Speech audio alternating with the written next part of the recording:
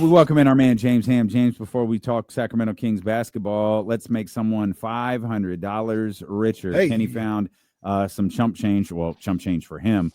Great money for the rest of us in the seat of his car, and he's offered to give it to you. It's a $500 e-Visa gift card. It's actually courtesy of Folsom Lake, Chrysler, Dodge, Jeep, Ram, home of the big guy, Vince Bloom. It is the Jump Shot Jackpot giveaway, and the keyword you need for today is dribble. What does Buddy Hield love to do? Dribble. James Harden?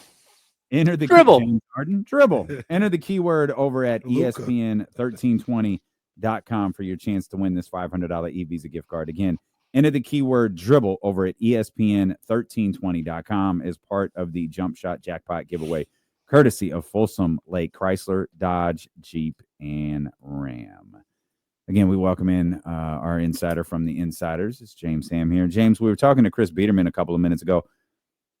KC said something that caught my attention. Mm-hmm. And we've long discussed, obviously the conversation regarding Doug and Scott Perry. Are these Vivek? Well, obviously Scott Perry is, but Doug Christie.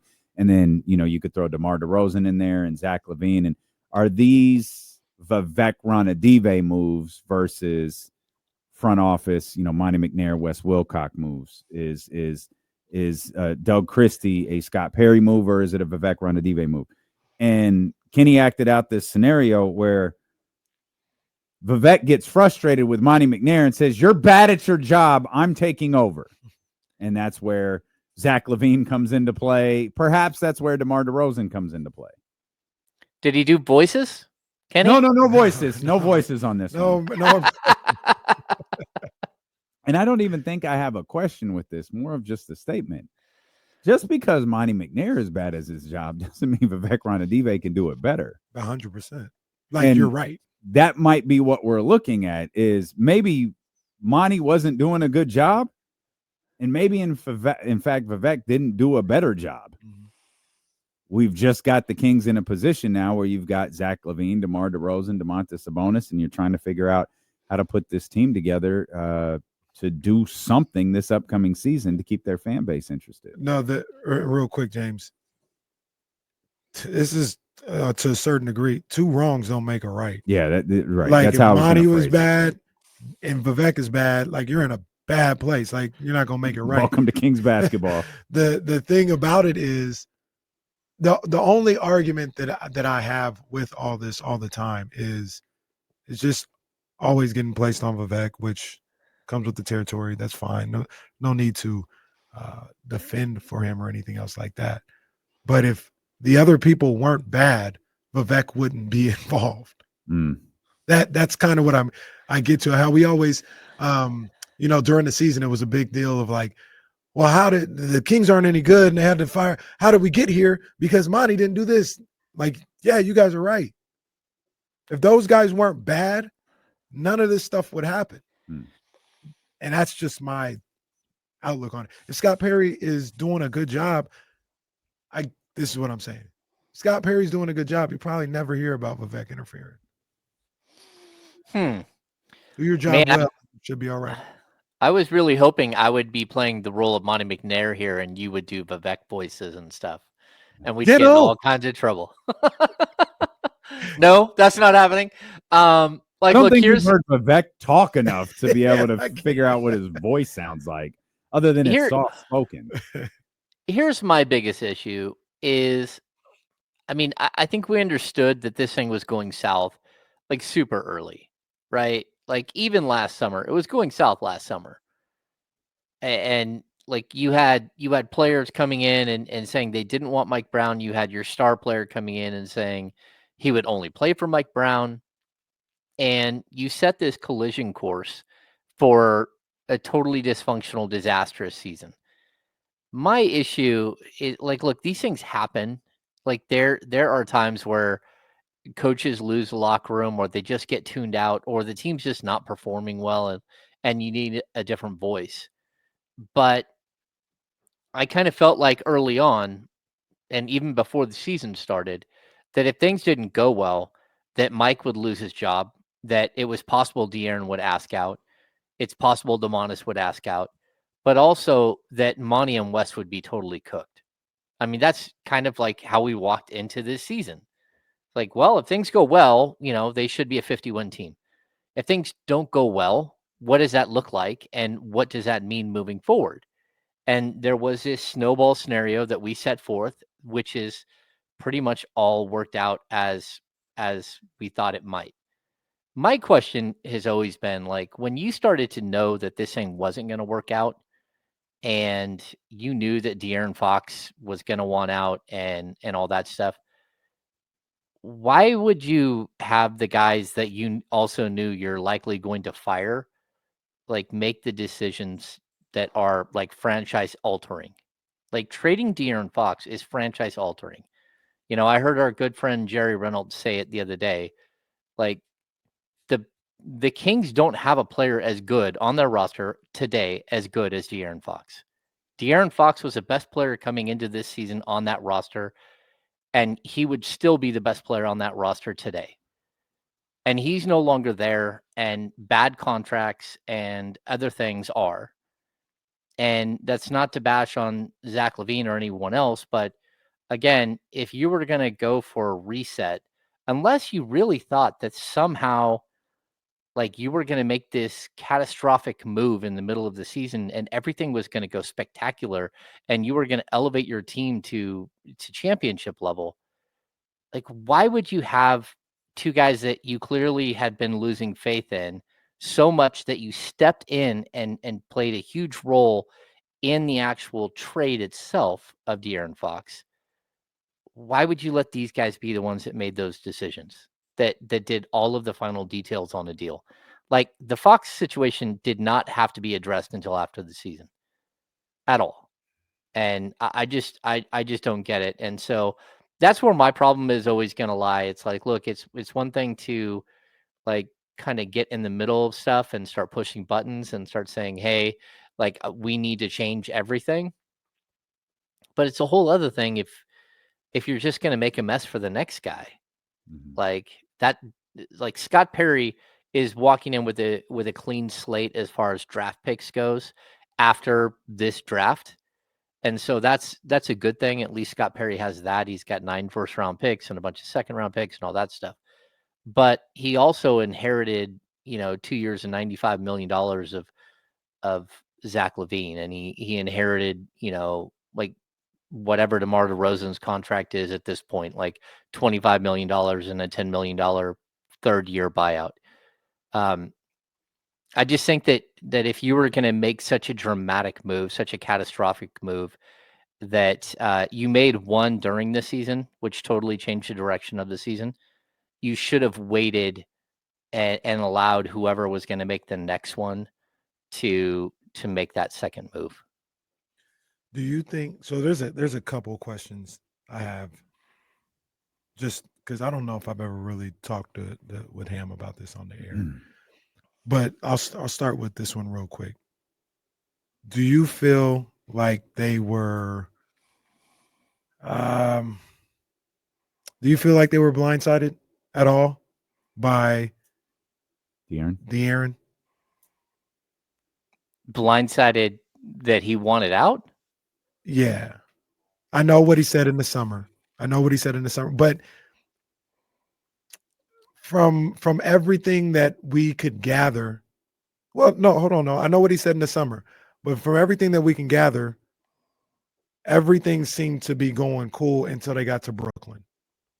And then somebody found out that somebody was talking to somebody, and then it was all hell broke loose. That was a month after Mike Brown had been fired. They were playing well. Fox was playing well. And remember, they get to Brooklyn, and DeAaron gets pissed off. We're talking about weeks. No. Right. So for weeks, so my point is, it wasn't Mike Brown was fired on Friday. On Saturday, representation is talking to the Kings like, hey, you already know what it is. Get me out of here now. We had gone weeks where things were cool. They were playing good basketball. Pretty close to a month. Things were cool. We were playing good basketball. Something happened on the way to Brooklyn. And then all of a sudden it was like, get me out of here now. Do you think they were blindsided in that respect? I'm trying to remember when Rich Paul came to Sacramento and sat courtside. It was while that Mike the was still Lakers? Here. I feel like it was the Lakers because I thought everyone was being ridiculous about this when LeBron James, Anthony Davis are here. You're right. It was a Thursday. They had the 2 games against the Lakers. That was a Thursday night. They played on a Saturday against the Lakers. He was here for the Thursday it was game. the 103-99 loss, which was in the middle of the losing streak. Which is like December 20th. So it was either December 19th or December 21st. I don't remember which one of those 2 games it was, but those are 2 Laker games that were at the Golden One Center. Yeah. No, look, I mean, at that point, like, I think a lot of the cards were on the table. Like, I think mostly, like, people understood what direction this was going. If they were going to fire Mike, like, the Rich Paul Mike was there. hadn't been fired yet, but I know Rich didn't ask for a trade that night. I know Rich was saying stuff that night. Mm-hmm. Like he was asking for help. He okay. Well, let me ask both of you guys this, Rook, while you think about that. Well, no, I'm not thinking about. He didn't say it to me, so I can't. But I don't think he was. I don't think he was like, no, DeAaron loves Sacramento. I think it might have been, man, a 5 purple and gold jersey might look nice. So let me ask both of you guys this. Why was there this unbelievable, oh, that's what you're doing? Get me out of here then. That's what was happening. Whatever West did that week, they went to Brooklyn. That's when everything got set off. Mm-hmm. Am I off on that? I don't think so, no. So at least not on based on what I know. When I talk about being blindsided, we're going a month where I guess everybody thought it was cool. And then West does something, takes a phone call, and it gets back to DeAaron. And then it's, oh, get me out of here if that's what you're trying to do. So that's what I mean when I say, were they blindsided by that? Probably by their own doing. Like maybe if West didn't do that, maybe we never even have that conversation. Yeah, like, look, I think everybody, they weren't on the same page. What they were is on their own individual pages, understanding where they wanted to go as people. And so what I mean by that is I think the front office, they were put on notice. They were told, like, hey, your roster sucks. Why are you not addressing the roster issues? And if you don't want to address the roster issues, then DeAaron's not going to want to be here long term. And like, we've asked you specifically to address things with the roster, and you have repeatedly not addressed those things. And we need to know what the direction is of this franchise, or if our client is wasting his time here in Sacramento. And I think at that point we had already seen the beginnings of the fraying of a relationship between the front office and Mike Brown. Clearly they had their agenda and who they thought would be the fall guy, and to delay whatever was going to happen. And that's kind of how they acted. I mean, this isn't the first time this has happened. You've seen it happen a bunch of times where a general manager, assistant GM, they know that they're on the hot seat, and to deflect from that hot seat, they fire a coach. But they knew going into it that when they fired Mike Brown, that meant DeAaron Fox was going to instantly want out, and they acted accordingly. They did not wait around for Fox to sit there and tell them. After that, they knew exactly what direction Fox had told them in the summer, and they believed that was the way it was going to go. And this is what Monty said when we finally did get him, that, like, look, we knew exactly where, like, I talked to Wes right after the firing, and he said very clearly, we know exactly where each of the players stand on this situation. We did not make any move they did not go to the players and address them individually beforehand, but they knew where every player stood before they actually made the move to let go of Mike. So 2 things. I'm sorry, Dave. 2 things, because I need clarity on what the hell's going on here. Oh, clarity. God damn it. So there's one situation, one statement that I think I wonder, I don't know how this played out, but this was the fault of Monty, Wes, and I'll even put Vivek on here. And I don't think they ever had a reset with DeAaron Fox after they fired Mike Brown. I think they just, well, he told us in the summer if we fired him, he wanted to be gone. So we'll just trade him. Like, no, you sit down and you talk to him at the very least and say, is this still how you feel? Is this still what you want to do? Because if you've changed or you see the circumstances have changed and you want to stay here, I want to know that so we can keep working with you. I don't think they ever had that conversation. And that, once again, Monty, West, Vivek, that is a fail on all three of their parts. Number two, if the whole thing of we know where everybody stands is what they went by, was the whole, maybe you guys don't have an answer to this, but the whole thing that week on the way to Brooklyn, was that just performative? Was that fake outrage of, oh, I can't believe you're calling somebody. Well, then trade me now. Because was that performative? Because if you already told them and everybody's already under the impression of you, if you get rid of I don't want to play for another coach, you get rid of Mike Brown, I want to be traded, then there should be no surprise that they're taking phone calls. So does that make sense? It does. I might be able to answer it. I might not. All I can do is go off of the man's word and what he said to us. Mm-hmm. DeAaron said, I thought I was going to be traded in the offseason. That's what he said. Mm-hmm. He's like, I was like, they knew where I stood. I knew I was like, they knew. I just thought it was going to happen in the offseason. I didn't think it was going to happen during the season. So because of that, he was blindsided. Fox was blindsided by the fact that they were trying to get a deal done during the season. So and that's why he maybe reacted. What I believe happened, and James, maybe you have more on this than I do, is that calls came in, they took them to Rich, and DeAaron was like, well, if this is what we're doing, I'm going to San Antonio. Yeah, I mean, I think everything spun out pretty quickly. Once it got to a certain point, like I think everybody understood that DeAaron wasn't happy with what happened.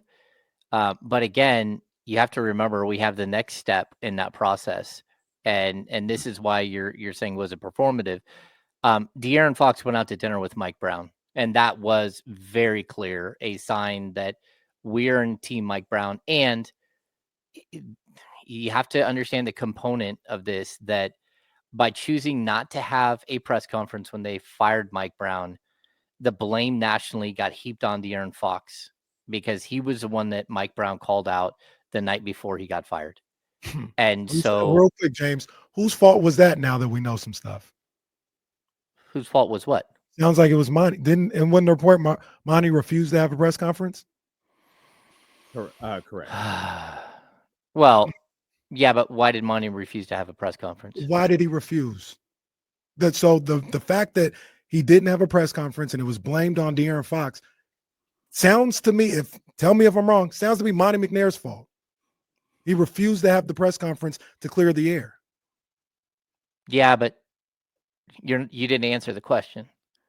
Because he didn't want to fire him. So what? That's your job. You handle your job. Your job, just like Vivek's job or his responsibility, is to get up and have a press conference to introduce the new general manager or whatever. Monty, your job is to go up there and have a press conference after you trade the star player or you fire the head coach. That's your goddamn job. And that's the problem. People think they don't have to do their job because they can put the blame on somebody else. I don't think that it was putting the blame on someone else. I think he refused to do the press conference. He should have been fired at that point. Well, no, you're right. He should have fired. It should have been fired, or he should have quit. Like, in all honesty, if you felt that strongly that you did not want to fire Mike Brown, like straight up, if you felt if Monty McNair felt that it was not his decision and he was not behind it and he did not want to fire Mike Brown, all of those things, then you tell your owner, like, look, yeah, I'm like, if you want to fire me, that's fine. Go ahead and fire me. Like, because that's what I know it's tough. You could have saved yourself some money. Fire him for cause. But can we bring this all back to today? Because we just laid out the season and the most climactic points of the season, which brings me to the point that James brought up. And how could you have lasted to the end of the season under these circumstances to allow Scott Perry or, future general manager to deal with this DeAaron Fox trade? Like, I understand it. And maybe hindsight, it doesn't matter. The Kings season sucked. Mm-hmm. Like, everything went to hell. They didn't make the playoff. It doesn't matter. But I don't know how, like, I understand the idea of trying to salvage it and figure it out later. Like, I understand that. Now, you could clearly, you can argue whether it was the right move or the wrong move. It certainly, nothing good came about of it. I just don't know how you, under these circumstances, get to the end of the season and go, okay, DeAaron, no, hang on. We got to fire Monty, and then we got to hire Scott Perry. Scott Perry's going to have to deal with the coach. Don't worry, little fella, we'll get to you. I just don't know how you do that, especially. And James, like that's Rich Paul, like, especially how powerful agents are. It's not just Rich Paul, but how powerful agents are in this league. I'm just going to take it to they had an out with Fox the whole time. They had an out. So if they didn't want to trade Fox right then, but they wanted to trade Fox by the end of the season, if they were going to wait until the offseason to trade him, they could have just said, go ahead and shut it down and go get your finger surgery. Like they could have just waited. And that's the problem. Like, I live by again, to reference my friend Jerry Reynolds, like, we're not allowed to be friends with Jerry. I thought you were aware of it. I still am. We're contractually forbidden from being friends with Jerry Reynolds. But if you have a 5-year plan in the NBA, you have no plan at all.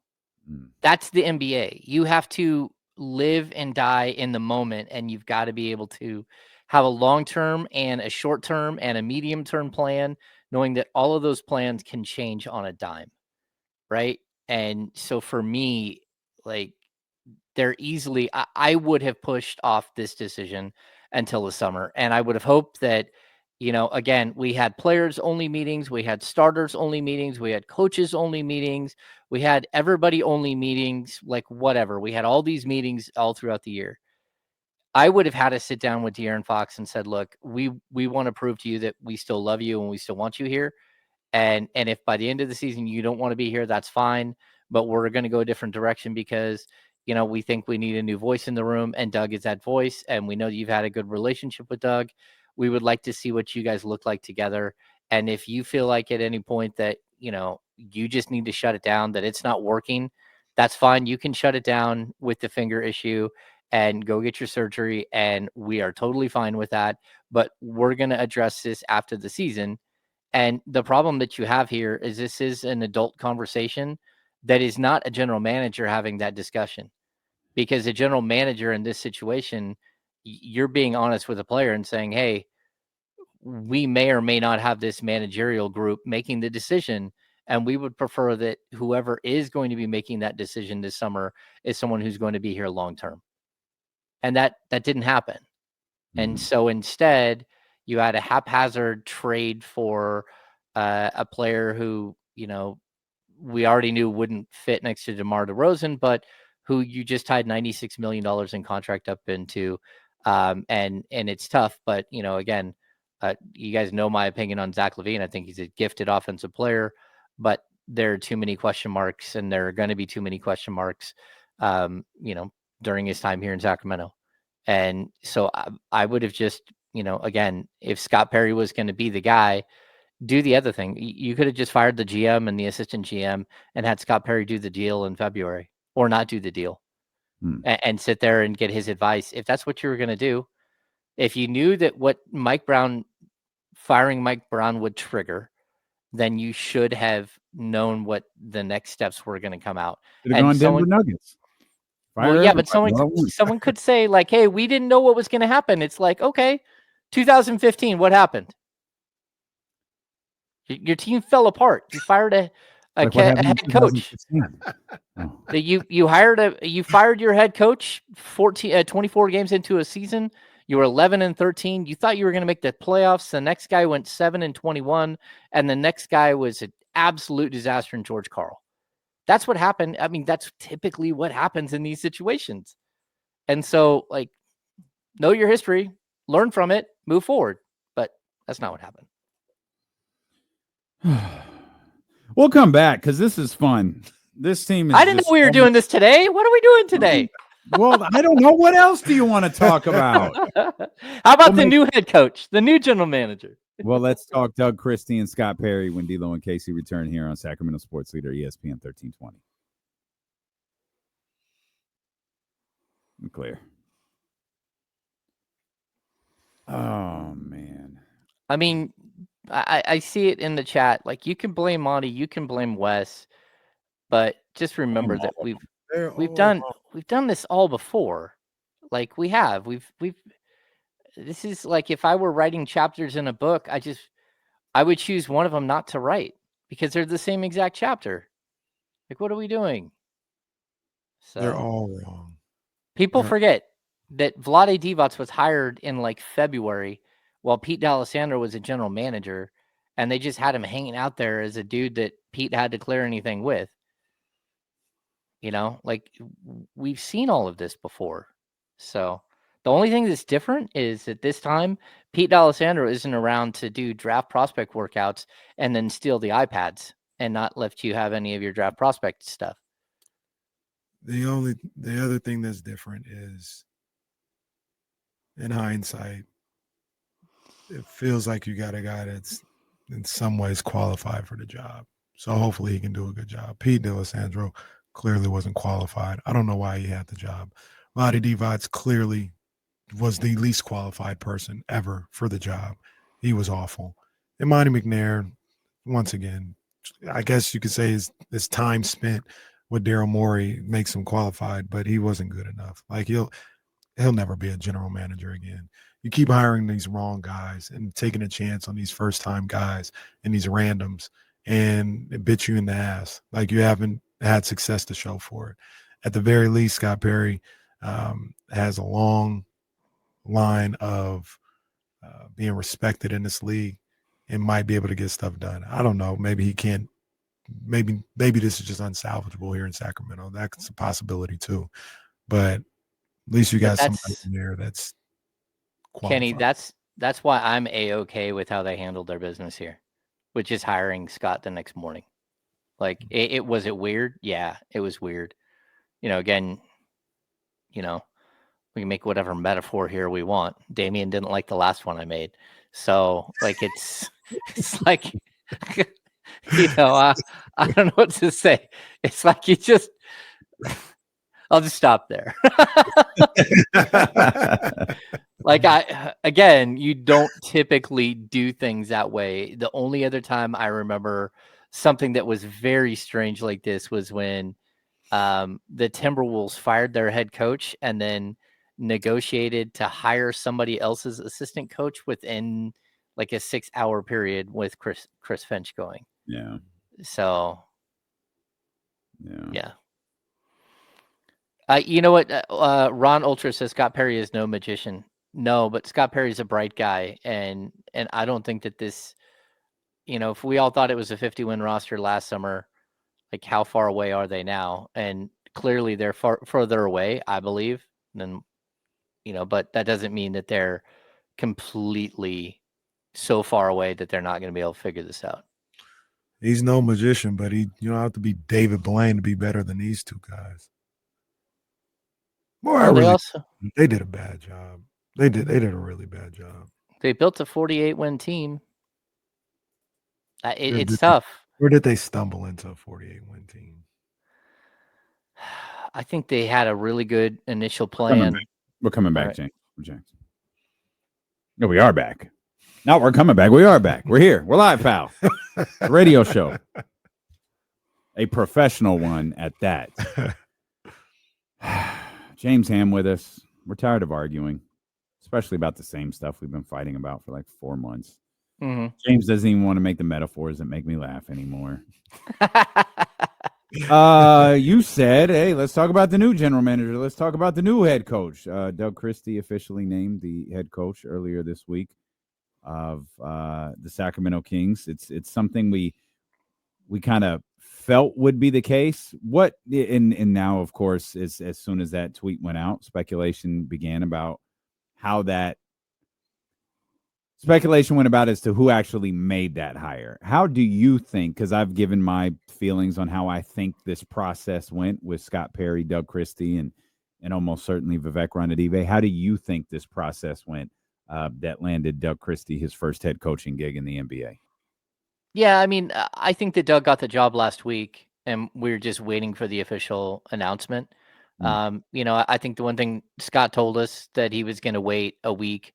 He's going to have conversations. He's going to have a ton of conversations. I continue to hear that. I mean, this dude's having conversations with everybody in the building.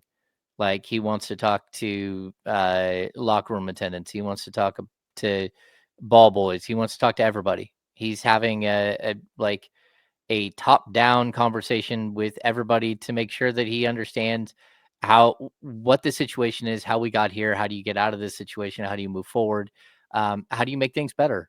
And to me, that's the biggest thing with him, with Scott Perry. He's like the biggest professional in the room, and that was the impression I got from him 8 years ago when he walked in the door, and like instantly wowed you.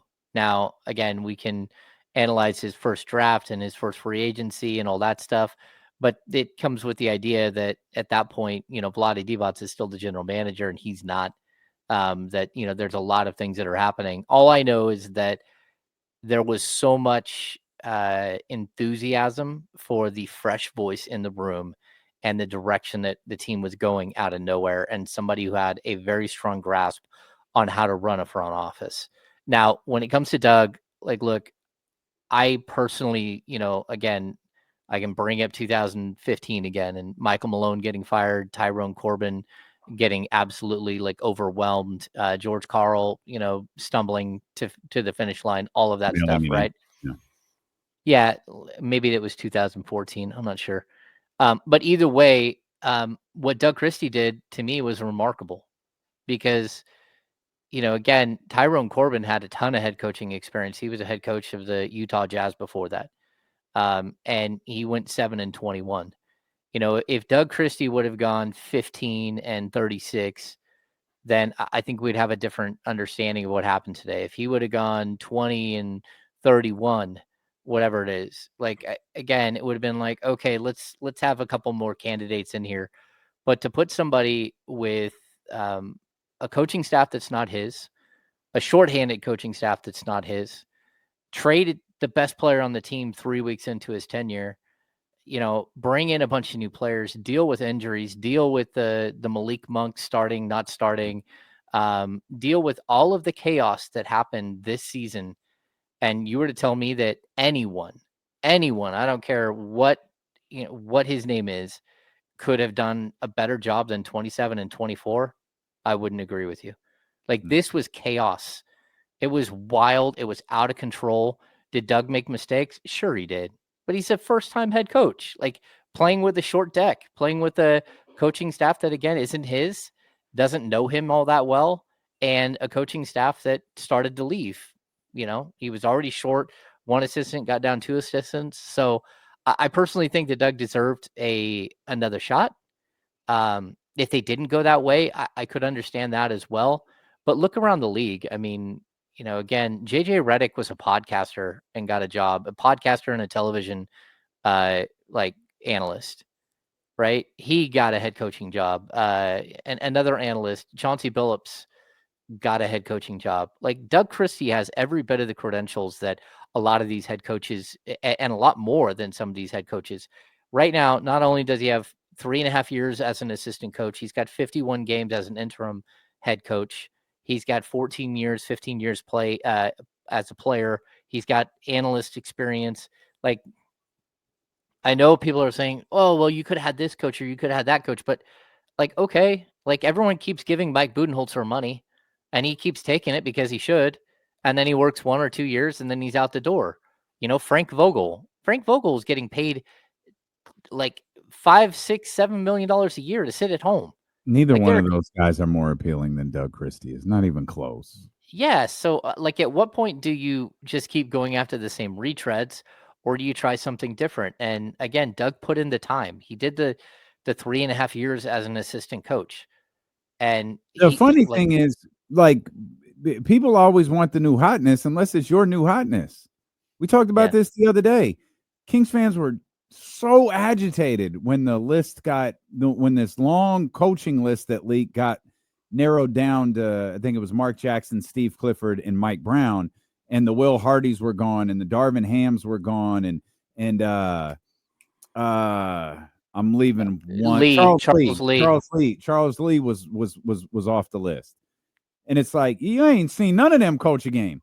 Darvin Ham is a goddamn punchline now. Charles Lee is fine. Will Hardy is just rotting away in Utah, waiting for them to figure out their plan. And you got a guy who you love in Doug Christie, who coached 50 games last year. Oh no, this is what we can bring in something different.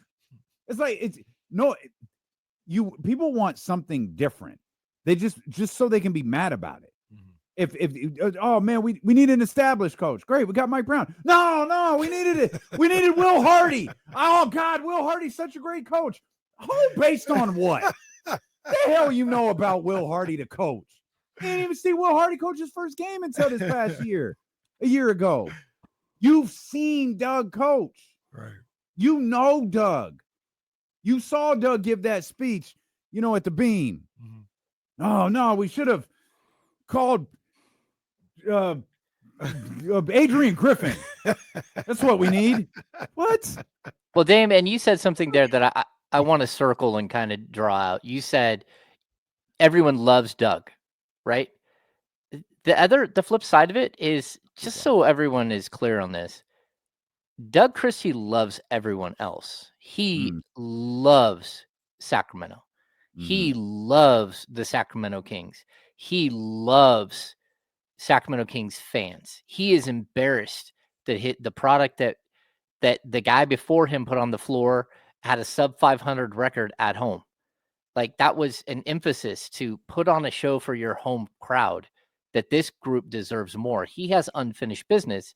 And I know all of that can sound like it's some sort of catchphrase from Doug, but again, why do Kings fans embrace players who say, I love Sacramento, I want to be there?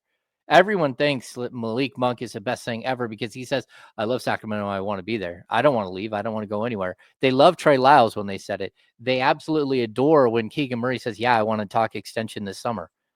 Okay, well, Doug is also saying it. Not only that, but Doug spent a bunch of time as a coach. Levine said, I love Sacramento. How they respond. Well, yeah, but look at Doug spent like 4.5 years as a player here.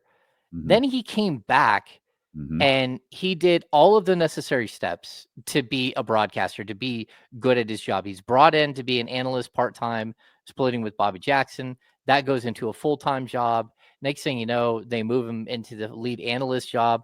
And like every step of the way, those things happen because Doug worked his ass off, because he's good people, because people trust him, and because he was good at his job. He kept moving up the ranks. Then when it comes to being, he gambled on himself. He threw away an afternoon radio show. He threw away, the lead analyst job on the broadcast, making plenty of money to be an assistant coach. And I told Doug this years ago, the problem with being an assistant coach is this: as soon as the head coach gets fired, there's a good chance that you're out of a job. And can you go get, number one, your radio job back? Can you go get your television job back? The answer is no and no. And also, by the way, are you going to be able to be an assistant coach somewhere else outside of Sacramento? And there's a good chance the answer to that is no as well. Players who stick around and be coaches for a franchise they played for, it's usually a tie that binds them to that franchise. Bobby Jackson is now in Philadelphia, but for years, Bobby Jackson was only an assistant here. He went to Minnesota for a little bit, came back, so like, look, I think Doug has done everything you could possibly do. He said everything that you could possibly say. And in all honesty, he's meant every word of it. He loves to be here. He wants to coach his team. He wants to lead this team to a championship. And he hopes that he's the guy that delivers. And I would much prefer that than paying some dude $10 million a year who did it somewhere else, but isn't fully committed to the community or doesn't have deep ties to the organization or anything else. So Real quick, Casey, the two things that are absolutely true. One, Doug believes that the Sacramento Kings can win a championship. He absolutely believes this team can do what no one believes is possible. He absolutely believes that. But you said something there a second ago, Hammer, that I really hadn't thought about before, but it really points to the type of person Doug is. Doug did come back here and he wanted to coach. Like, that's why he came back. The radio opportunity was there for him and he took it. That man had never done radio before. He didn't know how to do radio. He wasn't really sure what to do. And he's working with one of the most difficult personalities to work with, not just in the market, but in radio, period. And he had to learn to find his voice with that voice. Then he got married to him because they started doing the television broadcast together. Another thing he had never done before. And he's replacing arguably the most beloved Kings figure in the entire fan base. Yeah, ever. And he did it and he attacked it the way he attacks everything. Like, he poured himself into it. He learned, he studied, he asked questions. He would ask me about preparing for shows, not knowing what Grant's going to talk about, not knowing how much hockey he should watch versus how much football he should watch. And he would just prepare and prepare and prepare. And he would ask questions. And there was a difficult time, in 2016 where he'd tell me, like, I don't know how to approach this on the radio. And I told him how I felt. And he was like, okay. And when he didn't understand something, when he didn't know something, he asked, he just wanted to get better. He wanted to get better at radio. He wanted to get better at being a television analyst. And now he wants to be a great coach. Like, give me that guy 10 times out of 10. Give me that guy 10 times out of 10. That's who Doug Christie is. Yeah, the motivation is 100% pure. That's it. Like, his goal is to deliver a championship to Sacramento. And this isn't where he grew up. I mean, we all know he grew up in Seattle. I mean, this is where he's made his home in his life. And he wants nothing more but to see this thing through. And I mean, it's noble. And, I'll be honest with you, it might not work out. Like, I'm just being real because that's the way this job is. It's tough. It might not work out. But at the end of the day, like, I do think that you chose the right guy who has the right motivations. Now you have to support him the right way. And I'll just keep saying that, like, let him bring in the coaching staff that you've never spent money on before. And I saw someone earlier say, let's be honest, this is because it's a financial situation. Like, how does anyone know that? Like, because last time I checked, Doug Christie's contract isn't out there. We don't know what Doug made yet. And to say that this was a purely financial, like, decision, that's just, number one, is ignorant, because you have no idea what Doug Christie's getting paid. I don't know how much Doug Christie's getting paid. So that's number one. Number two, like, this team has to open its pocketbook and go get really, really high-end assistant coaches. We're starting to hear names here and there, but, like, Doug should have a group of people that he's very comfortable with, number one, but also that supports him in the right way. He needs one or two assistant coaches on the staff that have head coaching experience and are NBA lifers and know exactly what it is that they need to do. Guys like Jay Triano, whether it's Jay or it's someone else, that's what Doug needs. He needs support, and hopefully he's the right guy. I just chuckle, James, because, people who don't know the person that lives next door to them. They know everything about the ins and outs of basketball and all this other stuff. And the difference between me, Dane, James, and some of the people that comment like that is, I'll tell you, I don't know everything. Some of the things are my opinion. Some of the things, I'm talking to people and I hear things. It's not that's just, but even then, that's just one side of the situation. I'm not sitting in the rooms. I don't know anything. But at the end of the day, you'll have all these people that just know everything. They know everything, and they know exactly how they would handle every situation in this fictitious world they live in. And it's cool. Everybody can have an opinion. It's just, interesting to me when I see that kind of stuff. But I think Kenny, his agent is Rich Paul. If you think Rich Paul is just going to get pushed around by the Sacramento Kings because they paid some other coach and still have to pay them, you're wrong. I think Doug Christie deserves this opportunity, and once again, I don't know what the outcome is going to be and what the production is going to be. But like you've laid out a number of different times, James, he's gone through the proper steps, the proper channels. Damian, you talked about it as well. He dedicates himself to being successful at whatever he does. And once again, that doesn't guarantee that he's going to be, an NBA championship coach. But one of the things you can't necessarily control those type of things. That's how I feel. Mm-hmm. You can't control whether or not you win, especially as a coach, when you're not out there on the floor and all this other stuff. What you can control is your approach and how you treat people and how you try to galvanize the guys that you're supposed to be leading.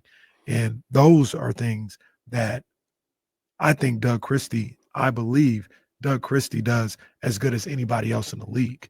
Like that's his special talent. You know what I mean? That's his elite attribute, is how he's able to galvanize others and how he's able to bring people together.